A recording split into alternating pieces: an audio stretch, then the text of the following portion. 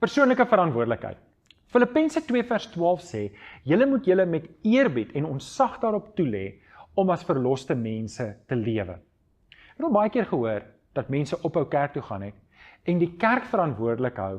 Niemand het my besoek nie, niemand het my opgevolg nie, niemand kom soek my nie. En weet jy, daai is eintlik 'n verkeerde gedagte, want ek en jy is persoonlik verantwoordelik vir ons doen en late voor die Here.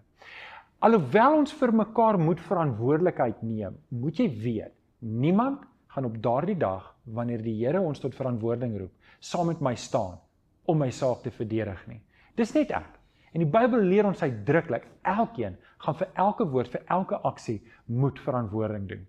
So hier is belangrik om te weet, elke gelowige moet weet, hy is selfverantwoordelik, hy gaan self verantwoording doen voor God, vir sy doen en late. En daarom wil ek jou uitdaag, aanvaar vandag verantwoordelikheid vir jou geestelike groei, al voel jy dat dit nie op ander plekke gedoen word nie. Die grootste voorreg is vir my om verantwoordelikheid aanvaar vir jou.